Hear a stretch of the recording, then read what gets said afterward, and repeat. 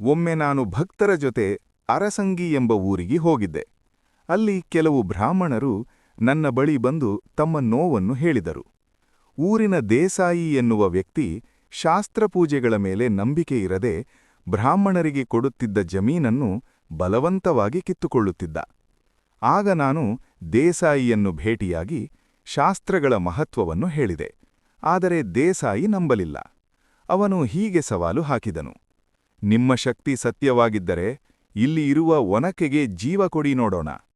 ನಾನು ಶಾಂತವಾಗಿ ಹೇಳಿದೆ, 5 ದಿನದಲ್ಲಿ ಮಾಡುತ್ತೇನೆ. 1.